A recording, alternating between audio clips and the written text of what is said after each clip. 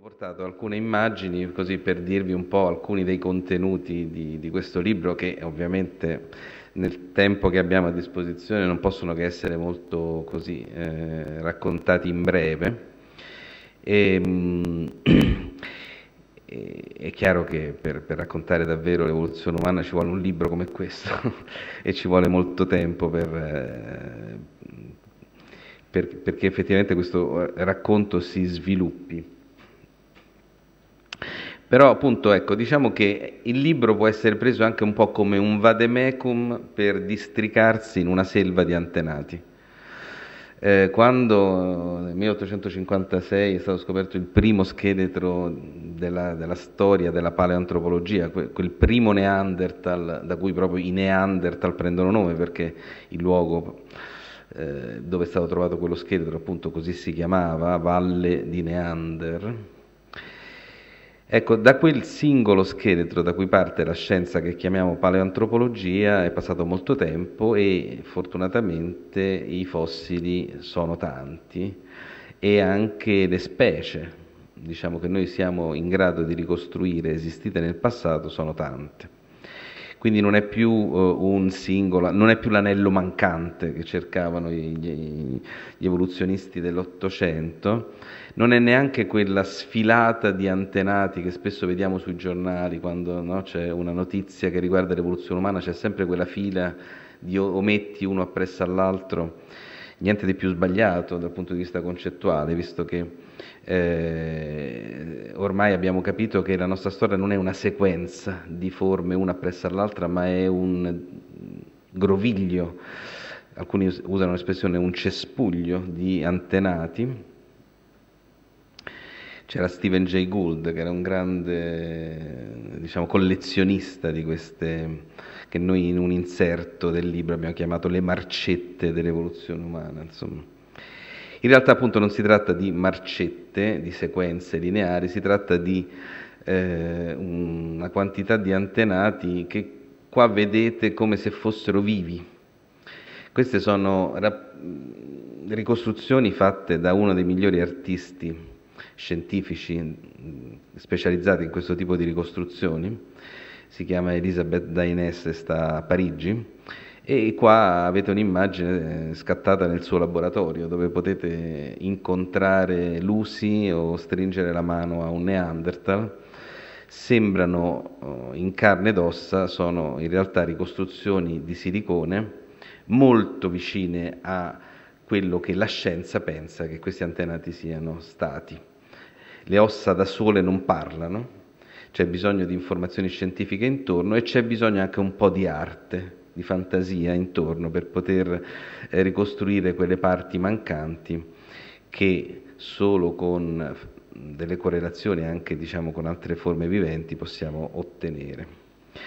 Una selva di antenati, una selva che forse possiamo saltare questa immagine per tornare subito a quello che menzionavi tu all'inizio, cioè a questo signore Charles Darwin che a metà dell'Ottocento, prima del 71, prima del libro sull'origine dell'uomo, nell'origine delle specie, libro fondativo della biologia moderna, butta lì solo una riga. Il libro L'origine delle specie non parla dell'uomo, come sapete, parla delle piante, degli animali, della loro diversità e di come Darwin pensava che esse potessero essere evolute, cioè come la varietà, la diversità attuale si possa essere creata nel corso del tempo. L'idea di evoluzione già c'era, era nell'aria già da quasi un secolo, ne aveva in qualche modo intuito l'essenza Buffon, in qualche modo aveva involontariamente alluso al fenomeno stesso, lo stesso Linneo, il grande fissista, ma è Darwin, prima di lui Lamarck, che trova un modo per spiegare effettivamente come l'evoluzione si sia realizzata, il meccanismo che c'è sotto e che fa funzionare questo fenomeno.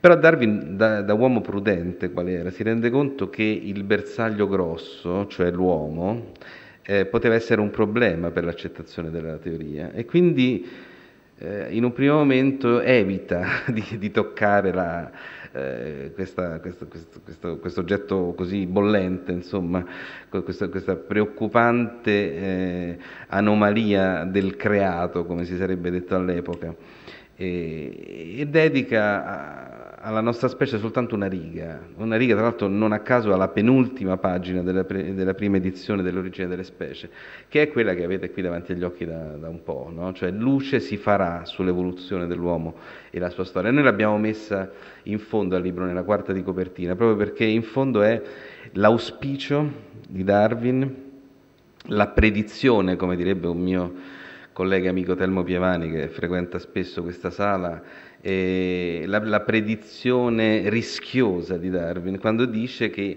se tutto quello che io e gli altri ricercatori della mia epoca di Darwin pensiamo sia vero, cioè che ci sia stato un fenomeno che chiamiamo evoluzione, all'epoca in realtà il termine era un po' diverso, e che dietro ci sia un meccanismo come quello che io propongo, cioè la selezione naturale, bene, luce si farà sull'origine dell'uomo e la sua storia.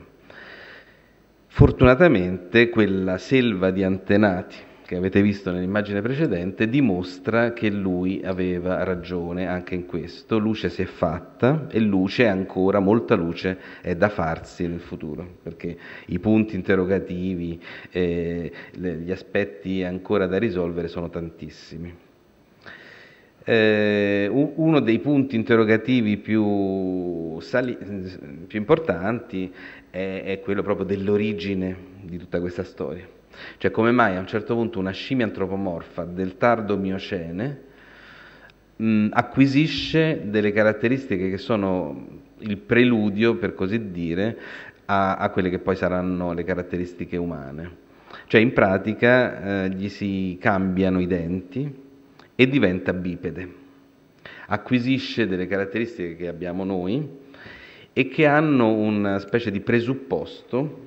Tecnicamente usiamo l'espressione exaptation quando vogliamo parlare di questi fenomeni che poi diventano qualcos'altro nel corso dell'evoluzione, cioè una specie di preadattamento, come diceva Darwin stesso.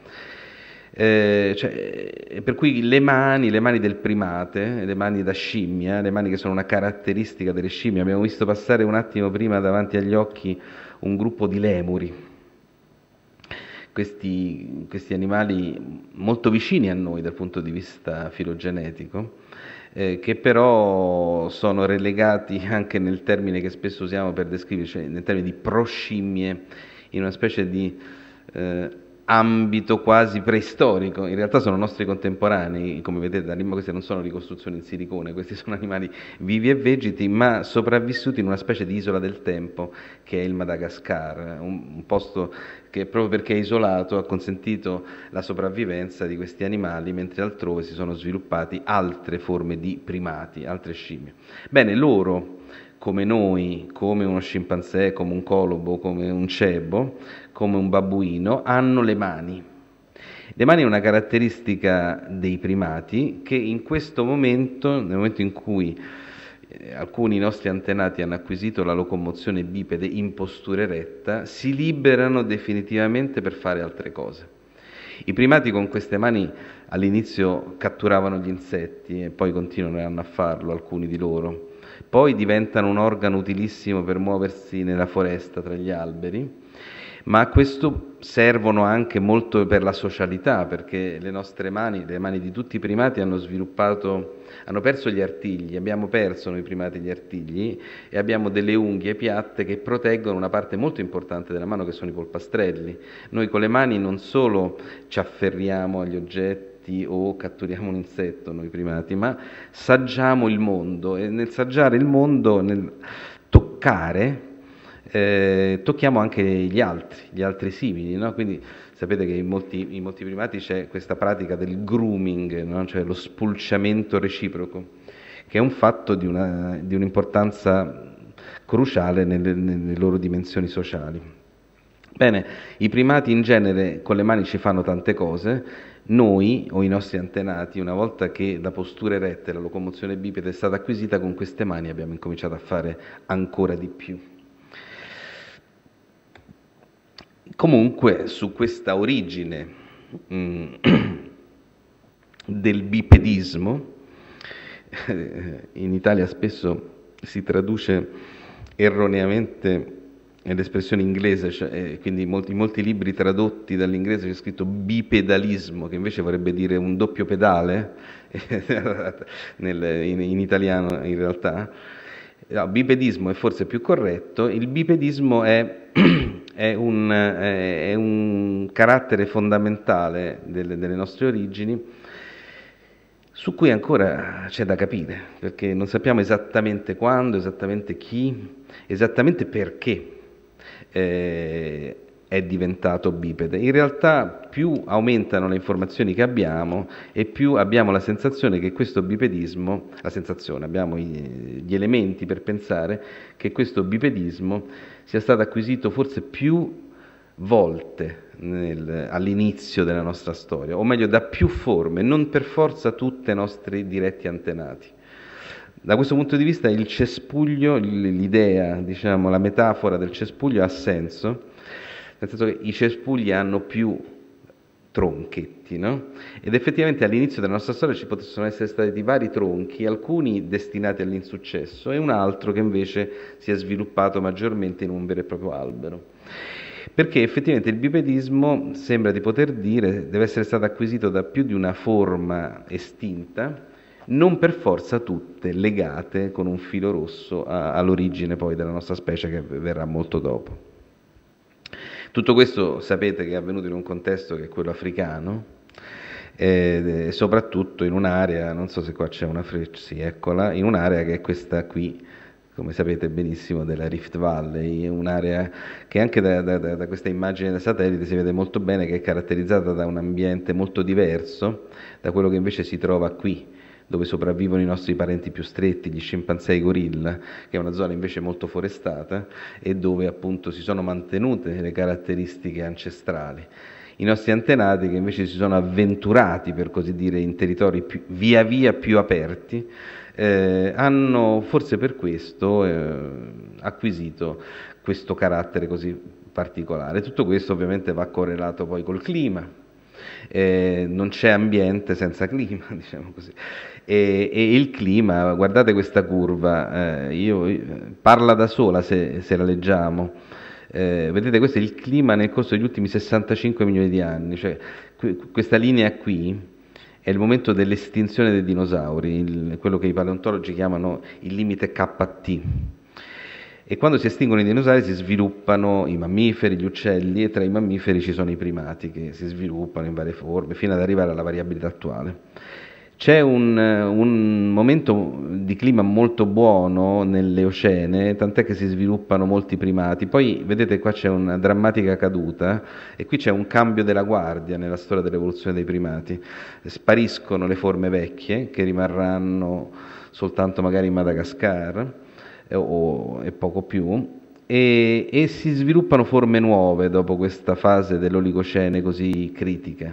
Tra l'altro è una fase in cui l'evidenza fossile è modestissima per poter parlare di evoluzione dei primati. Io nel libro parlo di è come se si guardasse dal buco della serratura di una stanza, perché c'è una fase che è più o meno questa qui, diciamo intorno ai 35 milioni di anni fa, in cui abbiamo un solo sito in tutto il mondo, un sito che si chiama il Fayum in Egitto, per parlare di evoluzione dei primati. E quindi è veramente come guardare nel buco della serratura di una sola stanza e voler raccontare la storia avvenuta in tutto il condominio, insomma. Però è quello che in qualche modo si riesce a fare anche in una fase critica come questa, perché poi tornano tempi migliori e si sviluppano altre forme di primati. Ma la nostra storia, quella diciamo umana, è una storia invece confinata qui giù, negli ultimi 5-6 milioni di anni, e guardate in quale abisso apparentemente, diciamo così, climatico ci siamo andati a infilare negli ultimi 6 milioni di anni. Questi picchi che vedete qua in fondo nella curva sono proprio le glaciazioni del Quaternario dell'ultimo milione di anni. Questa curva è molto compressa, per cui lì se ne intravede una o due, ma in realtà sono state almeno 5 o 6, in cui appunto il clima era molto difficile, ma è stato anche difficile sopravvivere qui a questa brusca caduta dei 2 milioni e mezzo di anni o quest'altra ancora prima dei 6 milioni di anni. E questi momenti, diciamo così, di cambiamento climatico così importante sembrano quasi segnare il tempo di alcuni passaggi chiave dell'evoluzione della nostra storia. Per esempio, 6 milioni di anni è proprio l'origine. No, quell'alba dell'umanità che vedevamo un attimo fa, o 2 milioni e mezzo, guarda caso, è proprio il momento in cui l'evoluzione umana si biforca in due strade particolarmente significative, una che è quella di forme che noi chiamiamo Paranthropus e invece l'altra è quella più di successo, che è quella del genere Homo. Insomma, tanti dati per poter raccontare una storia che diventa, come abbiamo visto nella prima immagine, una selva di antenati. Non una sequenza, l'abbiamo già detto, ma un albero con un suo tronco, mettiamo che questo sia il tronco, e poi una Y fondamentalmente si disegna qui, no? Cioè una grande divaricazione intorno a 3 milioni, 2 milioni e mezzo di anni. Da una parte gli arancioni, diciamo così, che sono le forme che noi attribuiamo al genere Paranthropus, sono delle australopitecine robuste nel senso dell'apparato di masticazione, cioè hanno delle grandi mascelle, delle grandi mandibole, dei potentissimi muscoli masticatori e dei molari, dei denti molari giganteschi, quasi potremmo definirle scimmie antropomorfe, bipedi ruminanti, perché avevano sviluppato anche proprio una tendenza a sopravvivere in un ambiente sempre più aperto, cibandosi di cibi vegetali coriacei, quindi dovendoli masticare a lungo. Altri hanno fatto una scelta diversa, scelta ovviamente si fa per dire, cioè la selezione naturale li ha guidati in un'altra direzione, che è quella di un'alimentazione maggiormente carnivora, ma di questo ne parliamo tra un attimo. Quello che volevo dire qui è più che altro qualcosa che ha a che fare con il contributo della biologia molecolare. Le molecole si sono affiancate, diciamo, sovrapposte in qualche modo, in alcune fasi anche in modo conflittuale, alle informazioni che abbiamo dai fossili, siti preistorici, manufatti da una parte, molecole dall'altra. In realtà fortunatamente questa contrapposizione si è andata via via attenuando, nel senso che da bravi scienziati cerchiamo di mettere insieme i dati, non di metterli a confronto e in contrasto, e effettivamente man mano che le ricerche avanzano fortunatamente possiamo vedere fossili e molecole che parlano la stessa lingua e raccontano la stessa storia. I conti tornano molto spesso e quando non tornano c'è da lavorare, perché bisogna che invece ci sia qualcosa di chiaro. Quando diciamo molecole, che cosa vogliamo dire? Vogliamo dire non le molecole estratte dai fossili, ci sono anche quelle, ma riguardano il DNA di forme molto recenti. È stato straordinario nel 1997 sapere che si poteva estrarre del DNA dai Neanderthal. Anzi, il primo Neanderthal da cui è stato estratto il DNA è proprio quello della valle di Neander, quello del 1850, l'olotipo della specie Homo neanderthalensis. Ma c'è la possibilità forse di estrarre un po' di DNA anche dagli ultimi Homo heidelbergensis, soprattutto in Asia, e certo dai primi sapiens.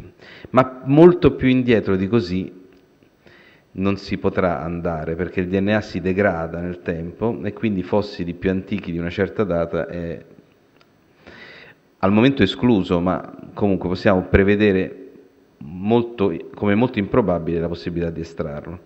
Addirittura fossili molto recenti, come per esempio quelli attribuiti a Homo floresiensis, non hanno preservato il DNA, perché il DNA tra l'altro si degrada facilmente in certe condizioni ambientali, si conserva in altre dove fa più freddo, eccetera. Ora, quindi quando parliamo di molecole, a parte queste, chiamiamole così, eccezioni, cioè il DNA estratto da fossili recenti, parliamo soprattutto di molecole di viventi. Cioè molte informazioni noi le abbiamo semplicemente confrontando il DNA degli scimpanzé con il DNA nostro. E da questo confronto, che non è paleontologico ma è neontologico, cioè tra forme viventi, però possiamo avere informazioni su come è andata la storia, cioè su come la separazione evolutiva e poi gli sviluppi successivi di questa separazione evolutiva tra noi e loro possono essersi sviluppati.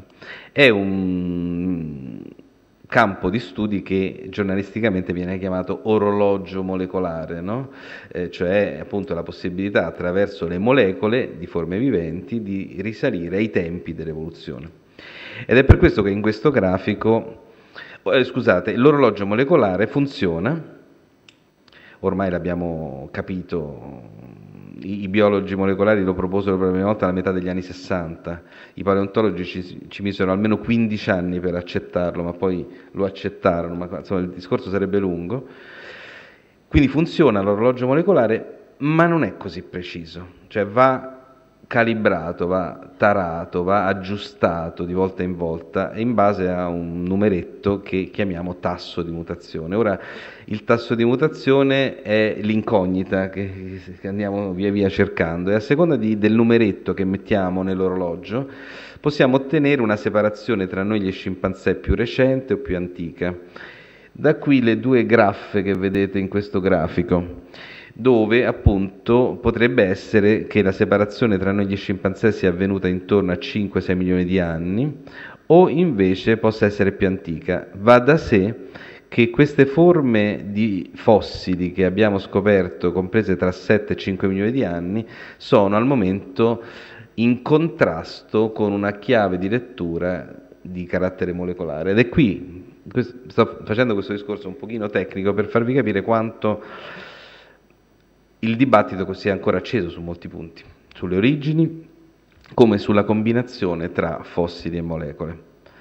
Ovviamente molte informazioni poi provengono dalle molecole anche estratte dai Neanderthal o dagli ultimi Heidelbergensis, dove possiamo fare lo stesso tipo di ragionamento, però tra una forma vivente, noi, Homo sapiens, e una forma estinta, loro, i Neanderthal. Dicevamo del fatto che poi il clima ha condizionato la sopravvivenza e questo è stato un altro momento chiave nella nostra storia. Quando compare il genere Homo nell'evoluzione umana è un momento ovviamente cruciale, è la nostra seconda origine, diciamo così. La prima è l'origine, la separazione dagli scimpanzé, l'ultima sarà la comparsa della nostra specie Homo sapiens, ma a metà strada tra questi due eventi ce n'è un altro fondamentale che è la comparsa del genere Homo.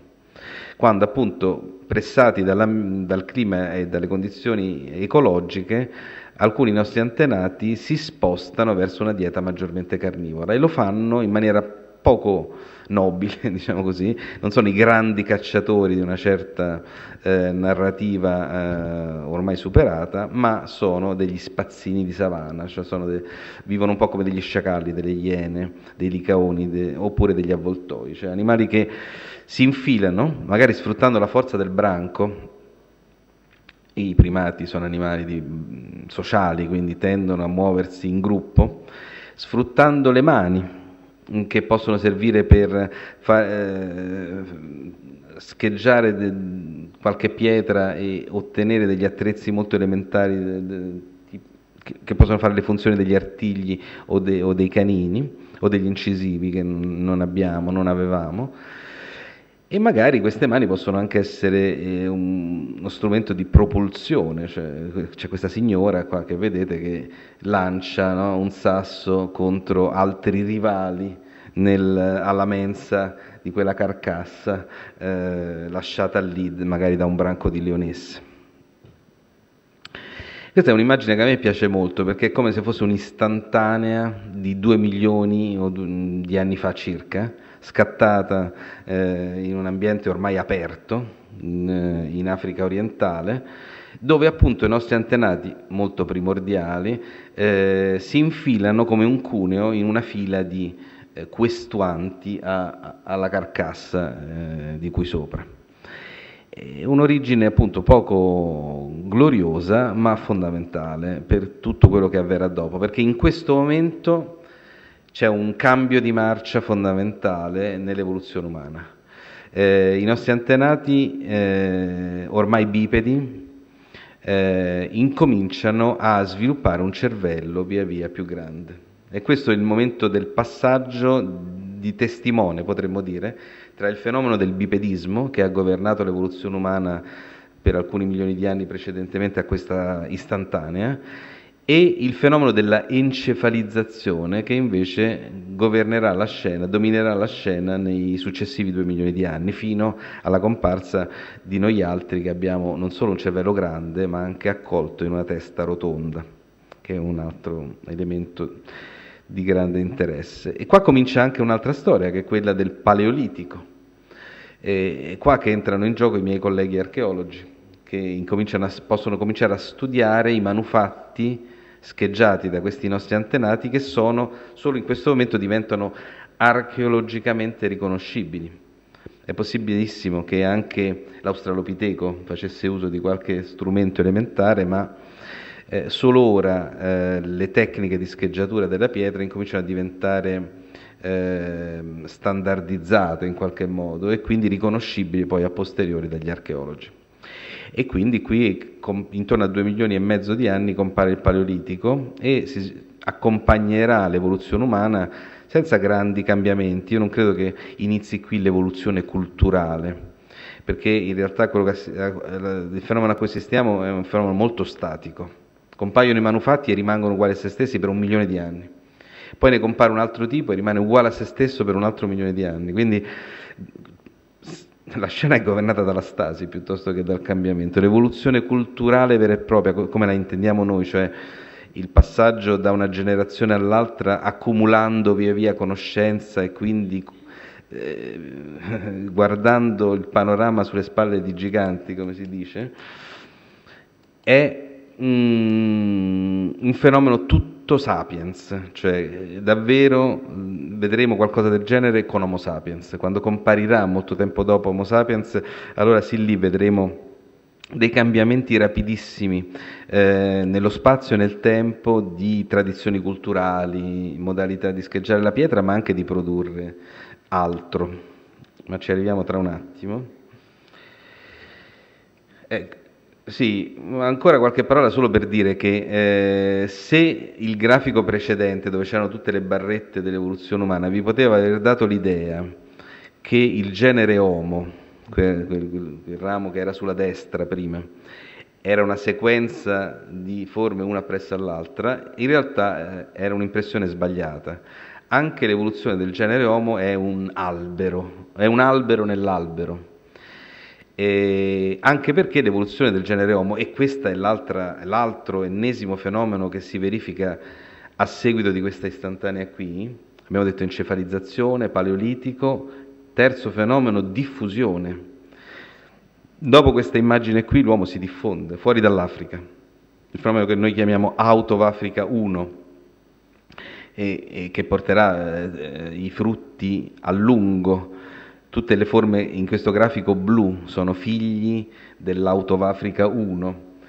È una diffusione in altre parti dell'Africa e soprattutto in Eurasia. E questa grande diffusione, questa espansione di areale di straordinaria magnitudo è qualcosa che comporta anche inevitabilmente diversificazione. Le forme umane tendono a diversificarsi. Parliamo di densità di popolazione bassissime, ovviamente, quindi non c'erano grandi contatti tra forme umane che vivevano in Estremo Oriente e altre che vivevano in Spagna o altre ancora in Sudafrica, e quindi tendono a formarsi varietà geografiche sempre più marcate e alla fine specie. Il fenomeno della speciazione allopatrica, come si dice con termine tecnico, è il fenomeno che spesso si è riproposto, diciamo così, nell'evoluzione del genere Homo, ma ci sono anche fasi invece di varie diffusioni. Qua per esempio ne vediamo una seconda, che è quella su cui neanche sappiamo bene se sia davvero iniziata in Africa, che è quella che dà luogo a una specie, fino a poco tempo fa, anche nei libri di scuola se ne parla poco, che in realtà è una specie fondamentale nell'evoluzione umana, che è Homo heidelbergensis, una specie di umanità di mezzo tra i figli dell'Autoafrica 1, quelli blu, e i figli dell'Autoafrica finale, diciamo così, che sono quelli, il triangolone arancione che è Homo sapiens. Tra questi due estremi c'è un'umanità di mezzo che è attribuita alla specie Homo heidelbergensis, che, se ci fate caso, è l'unica specie, a parte Homo sapiens, a parte noi, pluricontinentale. Cioè che, a quanto ne possiamo dire oggi, è un'unica specie distribuita su più continenti, mentre altre tendevano a differenziarsi da un continente all'altro. E poi ci sono ovviamente i Neanderthal lassù in cima in Europa, che sono molto importanti, i nostri cugini stretti, una specie di specchio nel quale guardarci, hanno avuto una storia simile alla nostra, in parte divergente, e con i Neanderthal dobbiamo fare spesso i conti per capire meglio chi siamo, e oggi lo possiamo fare, appunto, come dicevamo poco fa, anche attraverso le molecole.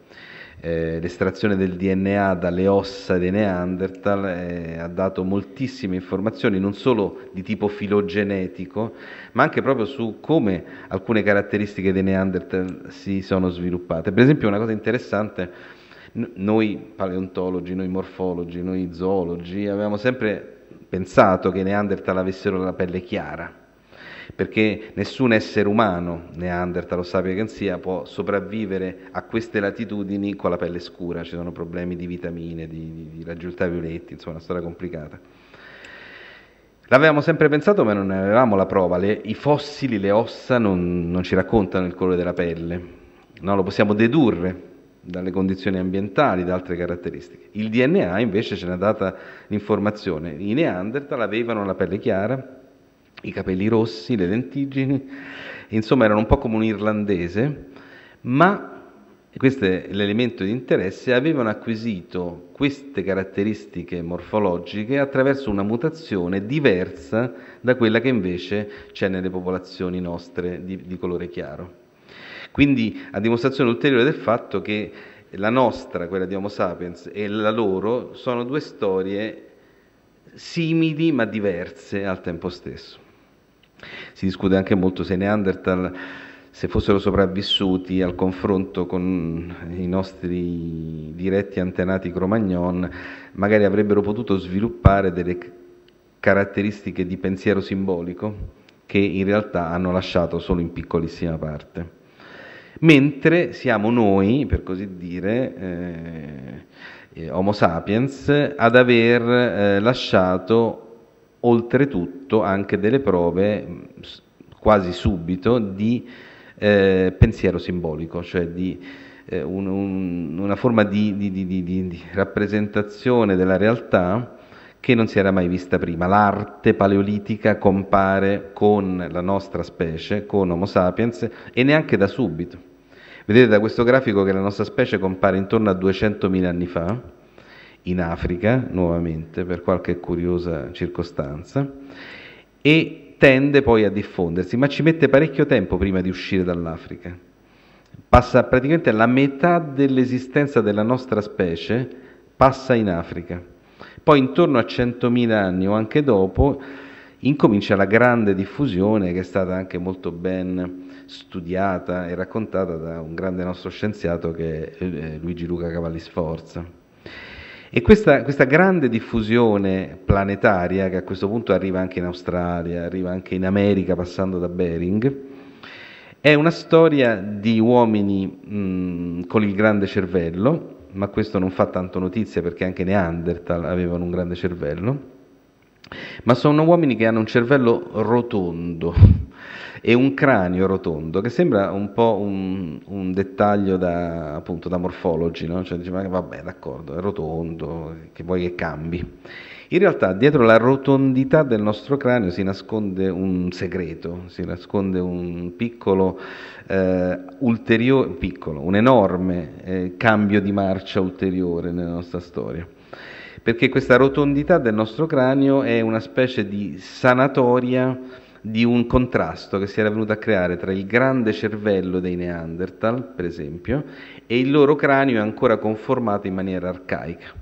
Evidentemente i Neanderthal avevano bisogno di un grande cervello, ma non si erano ancora fissate delle mutazioni tali da regolare meglio il rapporto tra cervello stesso e cranio che lo contiene. In pratica il cranio era come se fosse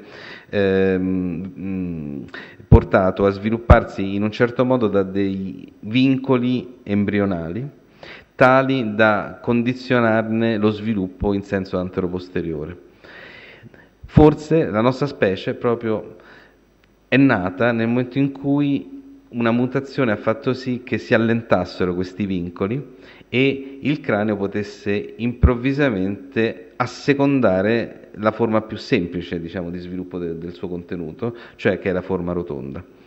Dietro questo ci sono cambiamenti nei tempi di accrescimento e sviluppo, nella regolazione ontogenetica, come diciamo noi, e questo fa forse la differenza anche in termini di capacità culturali, cioè si sviluppa un cervello nuovo in qualche modo, grande come quello di un Neanderthal, ma organizzato in una maniera diversa e con tempi di accrescimento e sviluppo diversi, tali da consentirci in tempi relativamente rapidi, innanzitutto questa diffusione e poi anche la produzione di manifestazioni che non si erano mai viste prima, come quelle appunto artistiche, che sono, per chiudere il cerchio con quanto si diceva all'inizio, forse la risorsa che poi abbiamo per poter affrontare in maniera positiva il problema che la nostra sovrappopolazione in questo momento comporta a livello planetario.